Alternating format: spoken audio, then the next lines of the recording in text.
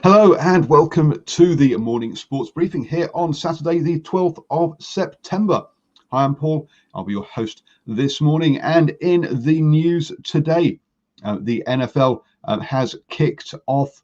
Over in the NRL, the Panthers make it 13 in a row. In the NBA, the Lakers need just one more. How many acronyms can we get in this show? I guess is going to be one of the questions. In the cricket, we've got our first one-day international between Australia and England is taking place at the moment. We've got news on the Rugby Championship, Bledisloe Cup games, Farah Palmer Cup, Minor 10 Cup in our rugby update. We've got updates on how Lydia Ko and Tim Wilkinson are both going in the golf. We had a key stage in the Tour de France yesterday, and we know who our finalists are going to be at the US Open. Serena Williams has not made it. So yes, lots and lots to get through this morning. Let's start off with that basketball news. Yesterday was just one game between the Lakers and the Rockets, and the Lakers won that game 110-100 to take a 3-1 lead in that series. Just one more game then for them to progress. I'm going to ask whether the fact that the Rockets had to go to 7 games are they tiring at this stage? With Miami already through, they will know who they're going to play after today, because Boston and Toronto will play the deciding game in their series today. Over in the Western Conference, where the Lakers are almost through, the Clippers are almost through as well. They have a 3-1 lead over Denver and will have the opportunity today to win that series and have it in the bag. Moving on then into the NFL, let's get through all our American sport. To start off with, the Chiefs beat the Texans 34-20, and the rest of the games are happening on early in the hours on Monday morning with a lot of 5 a.m. kickoffs. We won't be able to bring you all of those scores, but because there's a lot of games going on then. Moving on then into the cricket, and as I mentioned, the England versus Australia, the first one-day international is going on at the moment. Australia made 294 in their 50 overs, and England currently are at 173 for 5 of 35.5 overs. You got to say, 5 wickets down, it's a tall order for England to come back in that one. Over in the Lanka Premier League, and Premier League's happening all over the place. Monroe, Gale, Shakib are all players that are available in the auction. The 5 franchises, we're bidding for around 150 players there, or in that one coming up. I'm sure that Swinging from the Hip on Thursday at 8 p.m. we'll have all the news about that, and we'll be reviewing also the Caribbean Premier League as well, which looks like it's just finished up. I'm going to hand you over now to Stephen, who's going to take us through our birthdays. Yes, good morning, Paul, and good morning to everybody tuning into New Zealand Sport Radio. Well, you're on your weekend. I hope you have a great day, in fact, a great couple of days off. And birthdays this morning, we find there's a New Zealand professional racing cyclist. We also look at a very promising lock who may feature in the next Rugby World Cup. And finally, a man who was the assistant coach of Bay of Plenty, and he went on to become the Irish coach. But we're going to start with a cyclist this morning, Ryan Christensen, born at this day, the 12th of September 1996, is a New Zealand professional cyclist who currently rides for UCI Continental Team Canyon DHP Soren. Just to give you some of his hits so far in his career, 2016 he took out the first points classification in the New Zealand Cycling Classic. In 2018 he was 5th overall in the Tour of Quansaho Bay. In 2019, second gravel and tar, and he had a 7th in the OMG in Norway. So that's Ryan Christensen, his birthday today, turning 23 years old. Moving right along, Paripari Parkinson, born this day, the 12th of September 1996 in Whakatane, is a current professional rugby player who plays for Tasman in the Mitre 10 Cup and also the Highlanders in Super Rugby. He made his debut for the All Blacks in 2018 and has made 5 appearances thus far. Parkinson actually was educated at Auckland's St Kentigern College before switching to Nelson to play for the Tasman and the Crusaders. So a very, very promising young lad. And finally, in birthdays this morning, Joseph Schmidt, born this day, the 12th of September 1965, is a rugby union coach who's on a bit of a sabbatical at the moment, but he started his career with Bay of Plenty as the assistant coach in 2003, 2004. Seems like such a long time ago. He then was with the Blues as the assistant coach between 2004, 2007, before heading to France and coaching Clermont as the assistant coach between 2007, 2010. And between 2010 2013, he was the head coach at Leinster before going on to coach Ireland between 2013 and 2019. Schmidt has dual citizenship, and he became an Irish citizen in 2015. And just before I go, he was born in Kawakawa in Northland, the home of the Goodhue boys. So he's from Northland, so I think we can claim him. Back to you, Paul. Thank you very much, Stephen. And yes, tomorrow you and I will be heading up to Northland and we'll be seeing one of the Goodhue brothers in action for Northland. So, folks, they're both playing, are they? There we go. Details that I need to get my head around. There's just so much rugby going on, as you'll hear in a moment. But yes, do like our Facebook page because Stephen and I will be at the Northland game, bringing you updates during the games, both the Farah Palmer Cup and the Mitre 10 Cup, as well as post-match interviews as well. Talking of the Mitre 10 Cup and Farah Palmer Cup, yesterday I was at North Harbour versus Bay of Plenty, where Bay of Plenty we got a big win over North Harbour. And got to interview Kelly Brazier, so you can hear her views about playing in the Mitre 10, in the Farah Palmer Cup. And also got to talk with the captain from Harbour, Kate Williams, who talks about how they're looking at growing their squad. Yeah, she was a very good interview as well. So go check those out over on our New Zealand Sports Radio Facebook page. Also yesterday we had Harbour versus Canterbury. Harbour had a slim lead at half time. But Canterbury cleaned up their act and were doing gave away a lot less penalties in the second half, denied Harbour the ball and pulled away to win that one with players like Dunshay, Drummond and Moanga on the bench.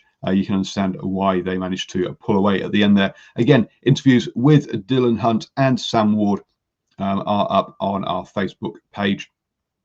So do go and check those out. Today I will be at the Farah Palmer Cup game between Waikato and I think it's Taranaki from memory. Followed up, Waikato for Taranaki. And then I'll also be there for the Mitre 10 Cup between Waikato and Wellington before hot footing it up north. Up to counties versus Tasman. So as I say, again, look out for updates from those games on our Facebook stories and then post-match interviews on our Facebook page. Also, news has come out that the Rugby Championship will be held in Australia, not in New Zealand. And there have been a whole bunch of accusations in the press as to who is to blame for that. It does appear that New Zealand's tighter quarantine rules were one of the issues, and also the Australian government was putting funding in as well. So a number of things there that helps Australia win that. Also, let's be honest, with the game struggling in Australia, they having that kind of boost will be good to strengthen the game over there. I listened in on a couple of interviews with George Bridge and Cody Taylor and they were saying how they were just happy that that they were going to get to play international rugby, that they would, and that there's just a fact of life of how it is that they would have to play over in Australia. It looks like we're going to have 2 Bledisloe Cup games here in New Zealand, and let's be honest, for most of us, quite where the games are doesn't make much difference as we're watching them on TV. So looking forward to those international games that are coming up. I'm going to hand you back to Stephen now for the sport that just keeps on giving. It's our NRL update, and boy, what a winning streak he has got to talk about. Certainly have, Paul. The Panthers, they make it 13 in a row in the NRL. The just basically the first game last night saw the Sea Eagles far too good for the Bulldogs, and we'll check in on the Betfred Super League as he adjusts his camera. Now we'll start with that first game played last night. It was the Sea Eagles that proved far too strong for the Bulldogs, winning by 32 points to 20 at ANZ Stadium, scoring 6 tries to 3 after they led by 16 points to 10 at half time. I'll go through all the try scorers for the Sea Eagles. Tries to Taniela Pesca, Brad Parker, Jack Goweski, Curtis Surinen, Morgan Harper and Martin Tapo iced the deal in the 68th minute for 6 tries. All the rest of the points coming via the boot from Daly Cherry Evans, who kicked 4 goals. Points for the Bulldogs coming from Matthew Doherty, who scored in the 5th minute, Lachlan Lewis in the 50th minute, and Jacob Okunboa, who brought respectability, scoring a try in the 74th minute. The rest of the points coming via the boot of Nick Meaney. In our second game last night, saw the Panthers in a scrappy game, but good enough to win by 20 points to 2 after they led by 6 points to 2 at halftime. It seemed as though the Eels were going to go into halftime leading 2-0 with a Mitchell Moses penalty after 29 minutes, but a Josh Mansour try in the 39th minute converted by Nathan Cleary saw the Panthers go into the break by 6 points to 2.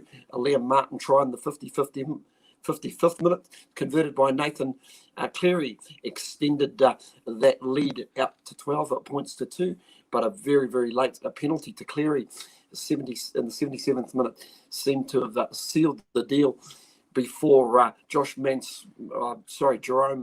Luai iced the win in the 79th minute with a try converted by Nathan Cleary. That final score again, Panthers 20, the Eels 2. And we'll just check in on games happening today. We've got the Dragons playing the Raiders at Wynn Stadium, kickoff at 5 p.m. And our second game of the day, we've got the Titans taking on the Broncos. They're the best team in Queensland at the moment, so that game will be happening at Cyber Super Stadium in the Gold Coast at 7:30 p.m. kickoff. And our final game in the evening, it's SCG, sees the Roosters taking on the Knights, and that is a 9:35 p.m. kickoff. And we'll just check in on the Betfred Super League results. Beg your pardon, not from last night. Saw Hull Football Club beat Wakefield Trinity 26-23. Warrington, in a very tight one, beat Newcastle 12-10. And in a just completed game, in an absolute thriller, which ended up at a 20-all at the full time between St Helens and Hull Kingston Rovers, it was St Helens getting the job done with a Fages knocking over a drop goal in 5 minutes into extra time in the Betfred League. So that's all our league news this morning. Looking forward to some Mitre 10 Cup rugby and our trip up to Whangarei tomorrow, Paul. So have a great day, everybody, and we'll see you again tomorrow morning. Thank you very much, Stephen. Yes, looking forward to a nice, good sleep as I head up there because, yes, lots and lots of rugby to get watched today. That means I'll be driving, he'll be sleeping. Yes, absolutely. We don't have one of those expensive Tesla cars that has self-drive, unfortunately. Because I've also just to let you know, I've got a screen and we'll be wearing masks as well. So we're traveling in the same vehicle, so we're safe practices. Safe practices. That's fantastic. Moving on then into talking about driving, it is the Tuscan Grand Prix this weekend. Bottas headed Lewis Hamilton in the Friday practice. Also, this is the 1000th Grand Prix for Ferrari, and in celebration of that, they have painted their cars in the original red that they for the very first race. So if you see the Ferraris in a darker red color, you don't need to adjust your TV sets, folks. It is it is because of celebrating their 1000th Grand Prix. Moving over then to the tennis, and in the tennis, when I can find my right window, there we go. It is semi-finals stage for the men. Carreno Busta, the 20th seed, against Zverev, the 5th seed, and then in the other semi-final we have Medvedev, the 3rd seed, against Thurman, the 2nd seed. So that's over in the men's. Over in the women's, though, we know the final because Osaka beat Brady 6-7, 6-3, 3-6 to go through. In the other semi-final, Serena Williams looked like she was in control of taking the first set 6-1 against Azarenka, but Azarenka came back to win the final 2 sets 3-6, 3-6 to go through to the final. An unseeded player all the way through to the final. You've got to say, wow, congratulations to her. She's having a fantastic tournament over there in New York. Moving on then to the golf, and in the ANA Inspiration, the second round is live at the moment. Lydia Ko is tied 15th after the first round at 3 under. She has not started her second round yet. Over in the Safeway Open, it's also the second round is live. Tim Wilkinson is tied 29th in that one at 5 under. And again, he has not teed off yet for his second round in that one. Talk about that. Sorry, folks, just trying to catch up with where we are. The Giro Rosa in cycling, which is the biggest women's cycle race, has started with the opening team time trial, and Lisa Longo Borghini has taken the leader's jersey for Trek Segafredo over in that one. So the 10-stage race now has kicked off, or has started, sorry, over in Italy. I say it's the biggest females cycling race of the year. Over in the Tour de France, and it was a big day for the general classification, with Primož Roglic extending his lead in yellow. Daniel Martinez claimed his first ever Tour de France stage win, and it was a big shake-up in the general classification. We saw Pogačar climb up to second, 44 seconds behind Roglic. Now, if he hadn't lost that time in the crosswinds, he would have been right up there. Egan Bernal has in third has slipped to 59 seconds back, and then we have Aran, Quintana, Lopez. So we have 2 Slovenians followed by 4 Colombians in the general classification. Adam Yates is there in 7th at 1 minute and 42 seconds. Moving on to football then, and the All Whites are struggling to pull together a team for their game against world number 1 Belgium, coming up because of basically COVID restrictions. They're trying to just pick players from Europe, so players who are playing in Major League Soccer or in the A-League are not available. It's also come to light that players who are playing in Norway as well, because may not be able to travel to the game and be available as well. So hopefully Danny Hay can pull together a squad for that, but it's not going to be the strongest squad, unfortunately, that the All Whites can pull You have now started the day the best way, up to speed with all the important sports news. If you would like to listen to us on the go, you can do. Just search for New Zealand Sports Radio on iTunes, Spotify, iHeartRadio, or your favourite podcatcher. And join us again tomorrow at 7 a.m. for the morning sports briefing. Yes, we come to you 7 days a week. And don't forget to look out for that exclusive Mitre 10 Cup coverage that we are bringing on our Facebook page.